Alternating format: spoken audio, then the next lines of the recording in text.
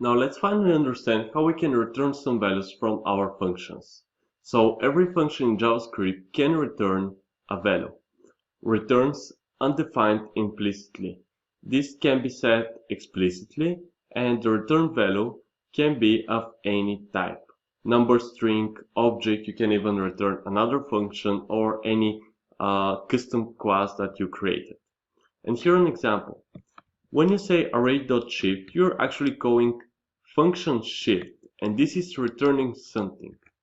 If you call some function getPrice, you can say, alright, I'm calling getPrice, which is returning, for example, 5 as value, because it's number, and then I can multiply by quantity or by 1.5, 1.2, and save the result into price variable.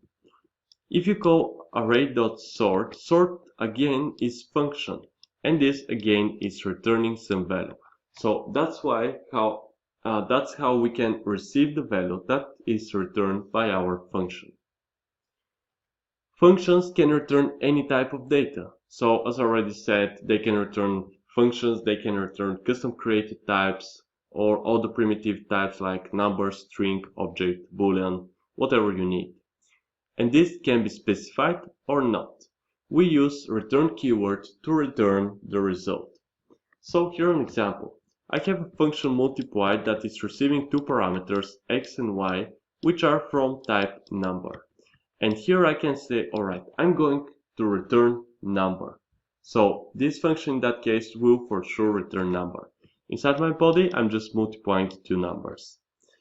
Again, I'm going to repeat that it's not always required to say what you're going to return or what data type parameter you're going to receive, or from what data type will be your variable.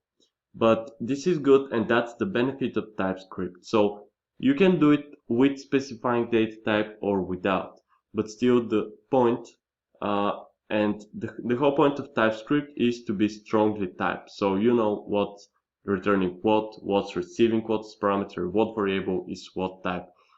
You can still do it without that, but then it makes no sense to use TypeScript. Then you're just writing plain JavaScript code.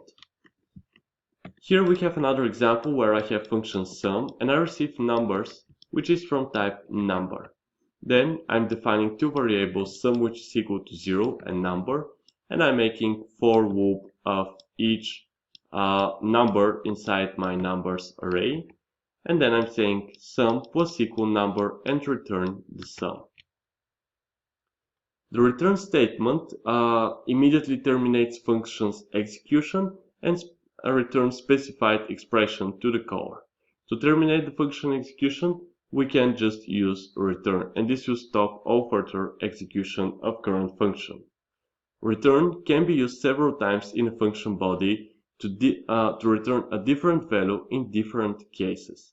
And here an example where we check if a number is prime. So I have the function isPrime receiving single parameter x, which is from type number, and then I'm saying that I'm returning something which will be from Boolean data type.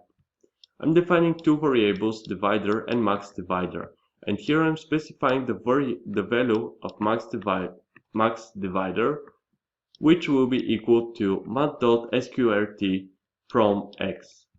Here I'm making a loop, and then I'm checking if x% divider is equal to 0, which means divider not found and not need to continue execution. The point is that in certain cases I can return false, but in other cases I'll return true.